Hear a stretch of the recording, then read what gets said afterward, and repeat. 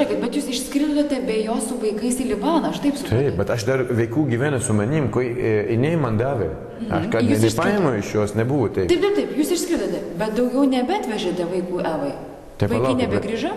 Tai aš galiu paaiškinti. Mes važiavom tenai, jinai Kalėdų 24 dieną, bet kokia gera mama, nes neturite skambinti savo vaikų 24 dieną ir 25 dieną, Christmas, Kalėdų. Ar čia nedidelis šventas pas jūs Lietuvoje? Didelis labai. Super didelis, pas mane irgi.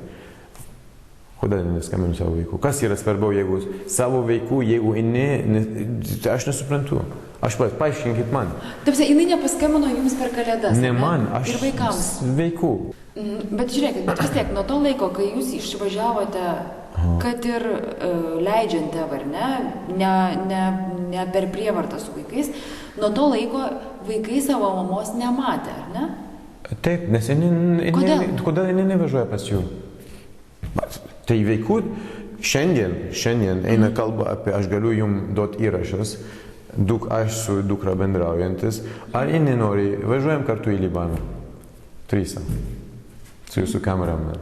Važiuojam. Ir pažiūrėsim, ar dukra ir sūnus nori grįžti čia.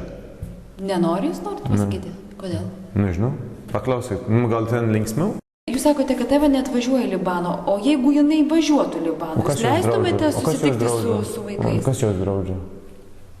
Bet jūs vis tiek sąmoningai nevežate vaikų atgal, ar ne? Na, dėl vaikų pasimatyti su mama, tiesiog, dėl savaitės.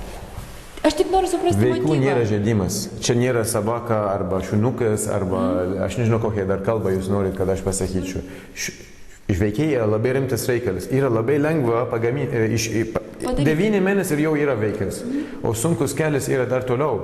Mes einam 20 metų su vaikai. Reikia auklėtis tos vaikai. Ar jinai rūpina dėl to? Niekada nebuvo. Buvo pas mus yra tos moteris. Ne viena, kaip jums paaiškinti, nebuvo. Aš suprantu. Aš turiu nuotraukas, turiu video. Viskas aš galiu jums parodyti.